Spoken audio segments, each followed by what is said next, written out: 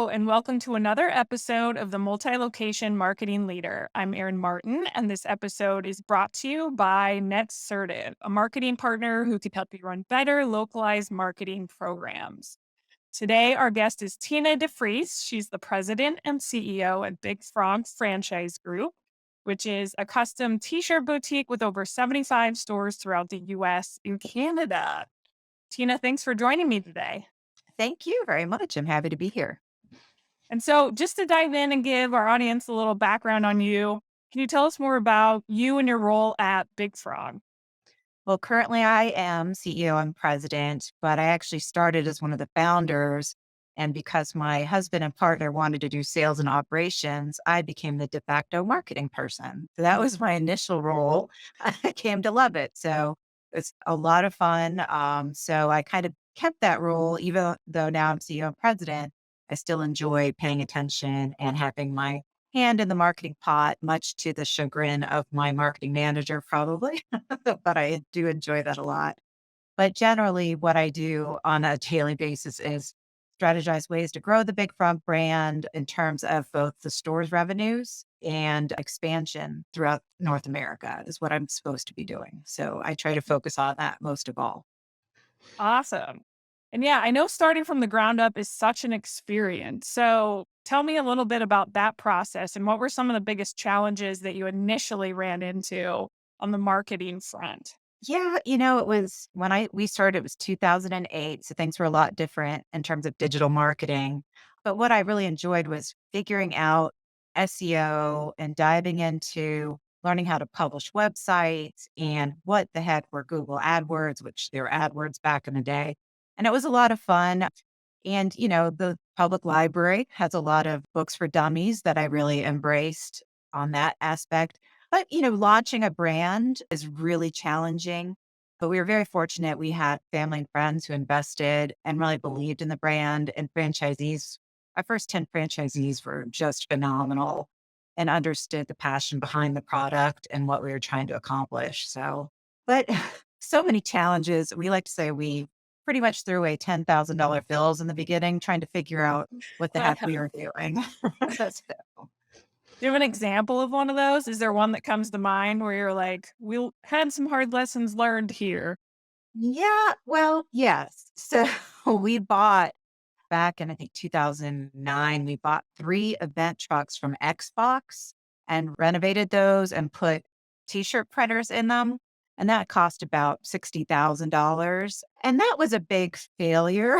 It's not a good idea to go on the road printing t-shirts, but we sold them for more money than we bought them for. So it was a wash. But we have many franchisees who want to market their stores that way in a mobile aspect. And I can confidently say it's just not a good investment. And I think the nice thing about franchising is we can take all those little perspectives, think that's a waste. Or for us, Facebook marketing was a big waste. Let's not put money there. Let's put it over here and we can guarantee some ROI at these activities. So yeah, we have done that a lot. Yeah, and interesting to hear that Facebook didn't work well for you guys. Was that from the get-go or just recently? Like, it was working at one point and then recently hasn't been performing? I'll say it's not that it doesn't work. It's not a revenue generator. It's a great branding activity, but Mm, Google Ads, based on where it falls in the sales funnel, is just such a better opportunity for us. So we'll run things at the national level for branding activity, but we don't like people to put money in if they think they're going to get an immediate return on investment. Now, boosting posts do work very well for in-store promos and events, but not running carousel ads or things like that. That doesn't work for our stores. yeah, yep, they make you pay to get in front of a lot of audiences oftentimes at the right, frequency that you wanna reach someone, Mhm. so makes sense. So then testing-wise, it sounds like you guys have tested a ton, which is awesome. How do you think about testing new channels now when, you've done so much stuff in the past and know some things that works or don't? Like, how do you think about that? We are always, I think one of the things that we never want to ignore innovation. So we are willing to put we collect marketing fund at a national level from our stores, like most franchisors. So we will do pilot tests on different platforms and advertising techniques on their behalf we'll pilot it across maybe 3 to 5 stores that we can trust to share result. Not every store tracks, and this is across all franchise systems. So not every store tracks exactly how well a campaign goes. So we do a pilot test, and we do probably 1 or 2 a year to try new avenues of advertising and platforms to see what happens. So we can't one of the things we will do is even if we think it won't work, we can't ignore it as a possible avenue for resources for the stores. So we try to stay on top of, retail conventions, marketing, conferences just to see if we're missing the boat on something. One of the things that I know we really need to look at is AI soon, the bots, chat bots and things like that. I think we get so many questions at our stores since we're specialty retail. That's probably something I should try to implement for the stores just to save them time for the Mm, customer experience too. So that's probably the next thing we have to look at soon. yeah, nice. And what's your 2 cents on TikTok? It's such a hot topic these days of whether to test it and be on it or not. Like, what do you think? Well, I personally had to uninstall it from my phone. It's way too addictive. So I know that it's a valid avenue even for people my age. We are using it right now at a corporate level. We're producing just basic reels. I mean, we're using the same thing on Instagram reels and YouTube shorts. So it's nothing really exciting that we're doing at the national level. We have some stores that have super embraced it. They're doing the dancing trends with our frog mascot. They're trying to Mm, create their own unique brand out of the store, and it's going very well for the ones who get it. But a lot of our owners are my age or older, and it's definitely out of our not in our wheelhouse to do some of these things. I would love to. I think it's a huge opportunity, especially with the Gen Z, to get in front of them. But I think I would need to hire someone specifically to do that. It doesn't come naturally to anyone here on the team. So it's a very unique skill set. At least I think it is. But I enjoy them. They're very fun. yes. And yeah, developing that type of content and being able to kind of plan that. Like, how do you guys go about that right now? Is it just at the corporate level for your guys' team? Is it just kind of an ideation strategy session and then filming them and, like just kind of quick and iterative? Or what's that process like? Yeah, it's really features products or holidays type of thing. It's not like live film. So we take clips that we can find in different, platforms, use our product clips from graphics my designers created, overlay the music. It's nothing very catchy that, kids would really get into. It's just more we're on the platform, we're trying to stay current. It's nothing that anyone should emulate. Definitely be more creative. We're just trying to do what we can. We've had my marketing manager, May's daughter, has come in and done a couple for us. She's, I think, 11 now, and she did a really good job. So I need to hire her and have her come back and do some stuff for Nice. us. And yeah, that's how Yeah. you have to start. If you're too scared and don't think that you're going to do it well enough, like you're never going to start. So you just got to dive in, start learning, and it'll improve over time. I think I saw there was one either photographer or like Instagram influencer who kind of was making the same point by saying, if you look at my pictures and all my photos from 10 years ago, like they're kind of cringeworthy. I've gotten so much better over the 10 years. You just kind of have to start and Yeah. then you'll get better.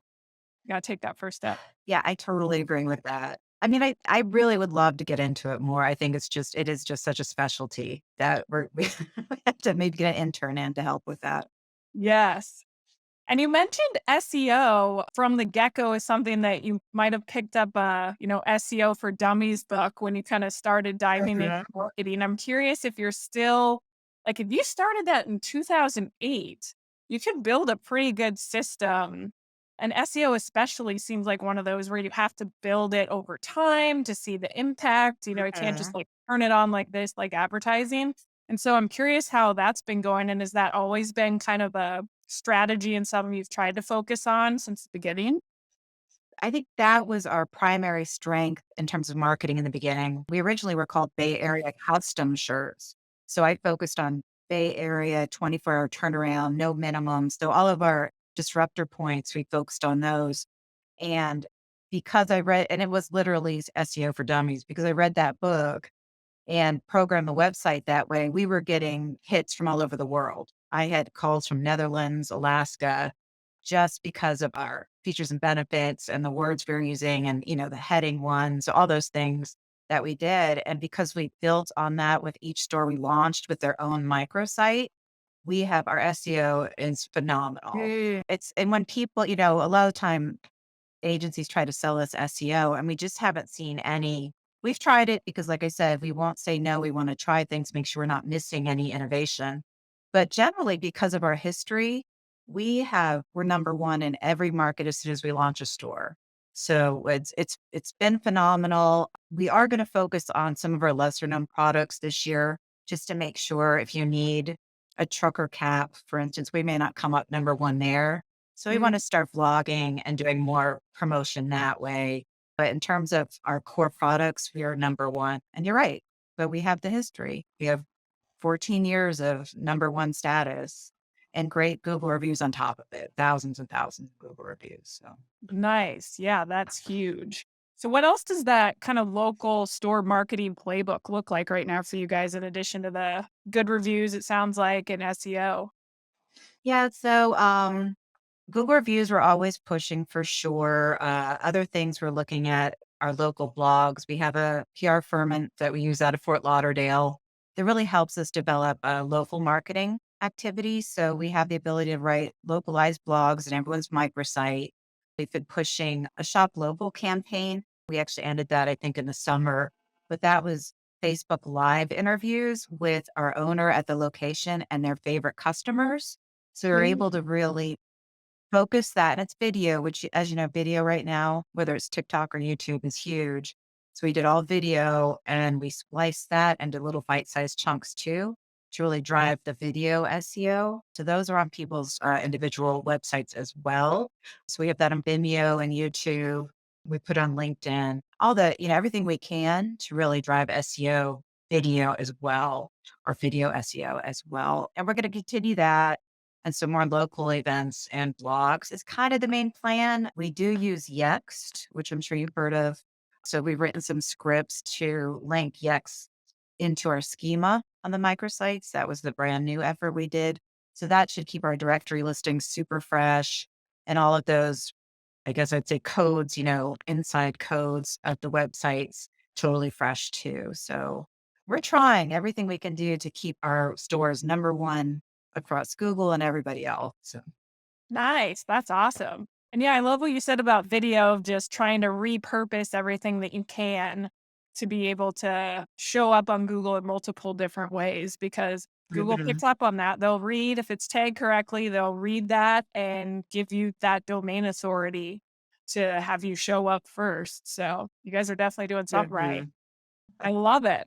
So yeah, so after founding this and then kind of taking off, I'm just curious, like, where are you now in terms of marketing that you're super proud of in terms of that evolution? 2008 to now is definitely a long term to be able to see it. What's some of the bigger things that you're proud of and then other initiatives that you guys have looking at for next year?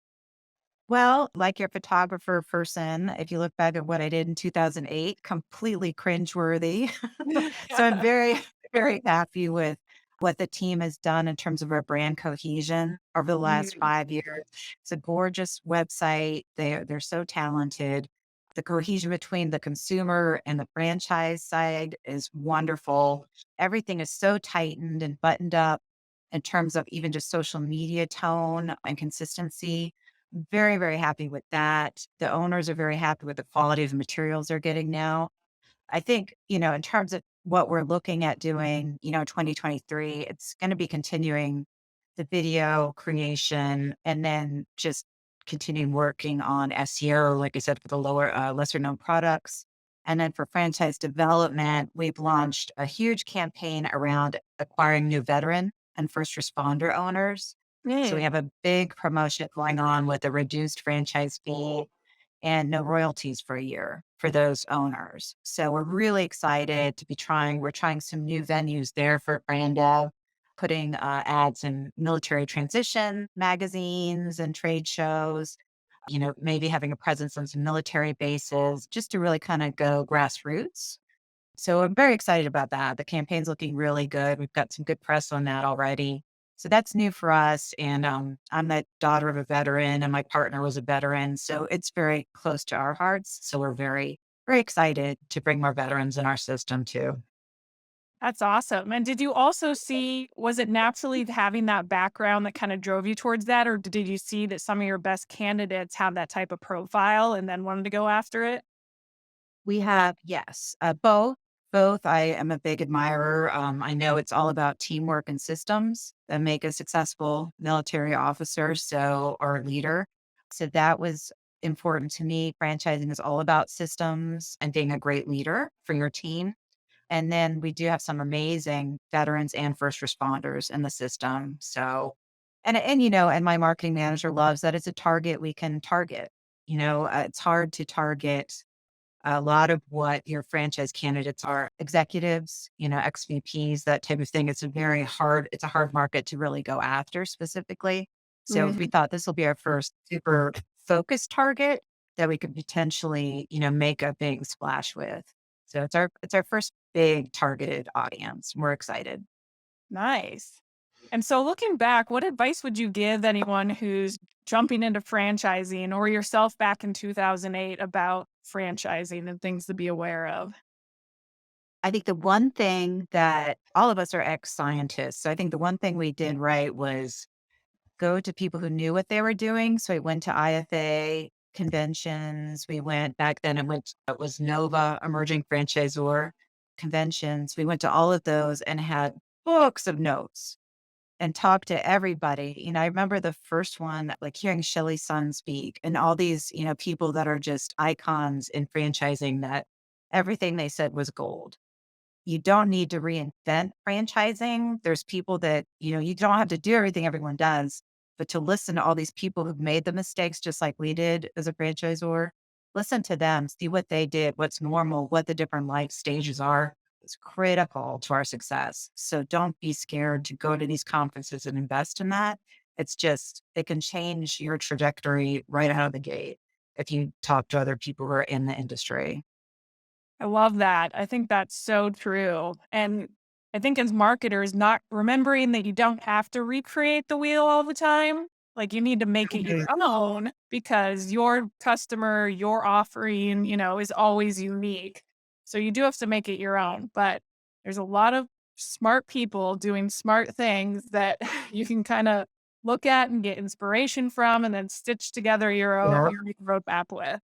Love that. And I'll say recognize that your industry is not the same. In the beginning, I spoke to a lot of restaurant, franchises because that's where a lot of them are and how they were doing their marketing, which is not near as helpful for retail. It's not the same industry.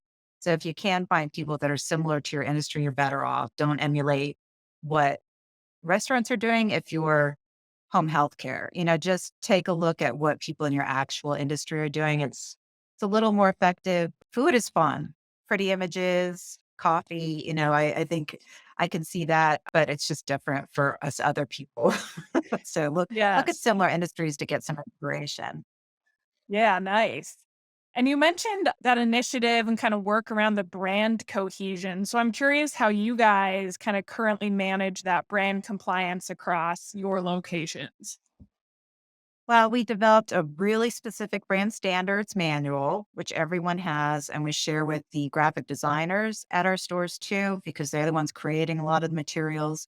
So we give them a copy.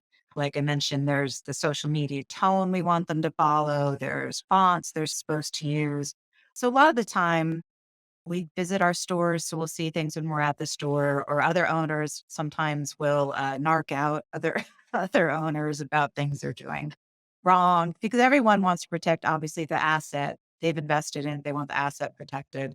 And then we see a lot of things on social media that are not right. So then we just call essentially all we do at that point then is call the store and say, this is ugly or this is infringing on our trademark, whatever it is. And once we explain what's wrong, they will take care of it. But it's always interesting at our convention when people start wearing their own Big Frog shirt creations, how much is out of a complaint. So people we're a creative company. So everyone gets a little Yeah. creative with the logo. So I could see that. Nice. Just have a few more questions for you. And so, one is just in general, what are some other trends that you think marketers need to be aware of right now? Well, the one thing that we're really focused on is the release of the Google Analytics 4, Yeah. just to see how that's going to impact the websites. That we did just transition everything to that. And now we're really focused on trying to learn how that's going to work. It's one of the frustrating things I think about digital marketing is how quickly all of these things change, how a dashboard changes, how they've gotten rid of these ads and now you only have it's a little frustrating. So just trying to stay on top of those things is can be very frustrating. But, I've said it a bunch now. It's the video revolution, and we've got to make videos the right way to work with the algorithms, to stay relevant, whether it's TikTok or, like I mentioned, the Instagram Reels are great with our company. Our customers really respond to Reels. So that's really, I think, if you're not doing video, and I like whiteboard videos, for instance, but having real people in a video is so much more impactful. And I think the one thing that I love about the videos now is they don't have to be super professional. They could just be, in your office or in your Real. store and just look real. And I love that. And the other thing I love is that now everyone has a super easy video editor. I think Mhm. Canva has one now. So now you don't even need to be an expert. You can just do some cool videos all by yourself. So that I think is just, we really need to be taking advantage of that. Even if you don't like how it looks, at least it's out there and it could be kitschy or something, just stay relevant like that. Yeah, Canva just can let you do anything you really need as a marketer. I love Canva Yeah. these days. You can whiteboard with your team. You can like strategize images, videos. I mean, they really have a ton going Yeah. on there that's super powerful to just I know. It used to be a great. little product and now it's like become huge. I love it. Yes, we love it too.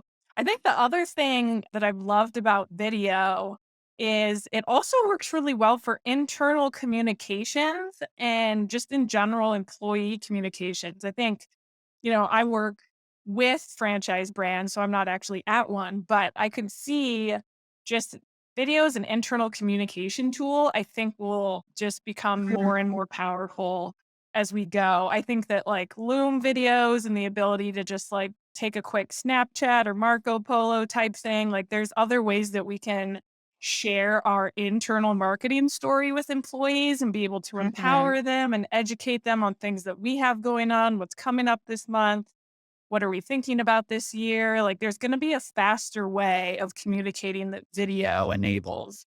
I think that will also be one We trend that we see on the employee marketing side as well. I do a weekly video to the system, Oh, 3 minutes nice. or less of everything that happened this week. Yeah, and it's been so nice. People just listen to it in the car or watch it real quick, and it's the highlights and everything they should know this week about the system. So I it's and love the that. employees watch it too. It has been amazing. It's been an amazing, tool for them. They like it. That's awesome.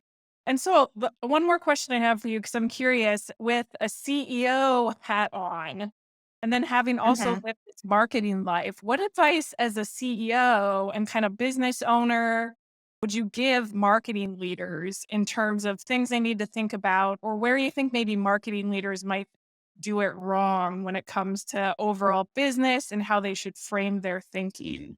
And I ask that because I think it's very interesting as a marketing leader, if you've lived and breathed marketing your whole life, you don't necessarily always see the whole picture, and you have. So I'm curious what you think.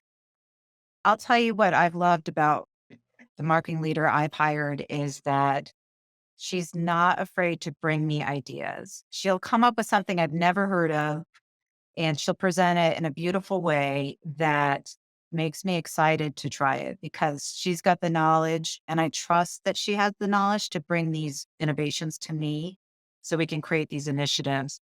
I think that comes up a lot where people can be insecure or don't feel they should bring new ideas to the table because there's no ROI assessment yet.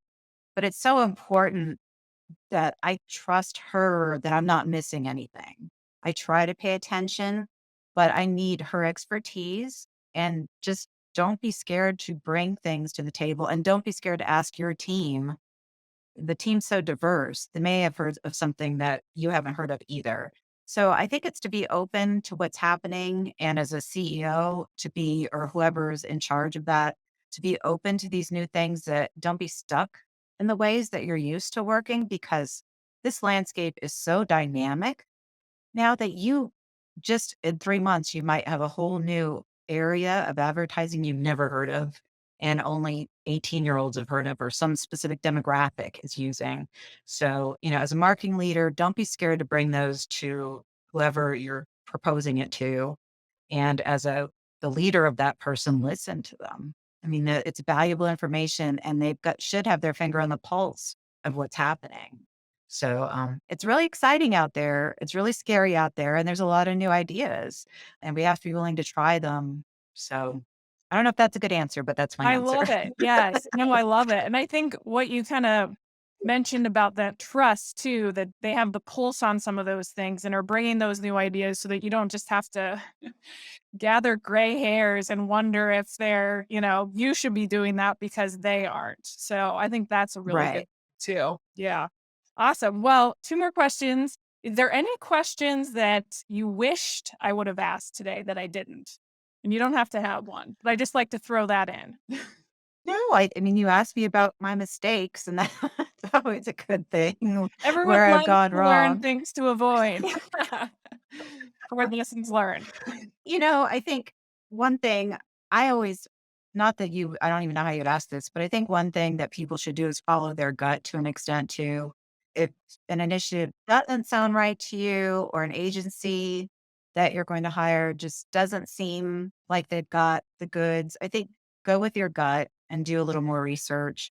I've made some costly mistakes there when I was skeptical, and I should have probably done more research. So that's something I would recommend. I believe in the gut a lot. Yeah, I love that. I think, you can overanalyze easily and get lost in kind of this loop of overthinking and spending a ton of time on stuff when you've Mhm. got a Yeah. feeling that after experience, you gotta run with it. So, I like that. Mhm. All right, last question. What does being a great Okay. marketing leader mean to you? To me, it means essentially, like I said, having your pulse on what's happening, be open to new experiences, stay current, however that is, read the vlogs, attend all your marketing webinars, follow Gary Vee, whatever it is, do something that you're on top of what's happening. Not like you said, not the minutia, but the major trends. Be that point of trust for the senior team, the executive team, so they know you are just right there in the midst of it. And then, of course, empower your team to bring you new ideas and try new things. It's really what I count on my team to do. And so I can trust them and sit back and know they've got my back and they've got the brand's back. So that's my opinion. Well, great advice. You guys are doing great things over there and have built a great system. So I appreciate you taking the time with me today to chat and coming on the multi-location marketing leader. It was great to have you. And thanks again for the conversation. Thank you so much. It was a lot of fun.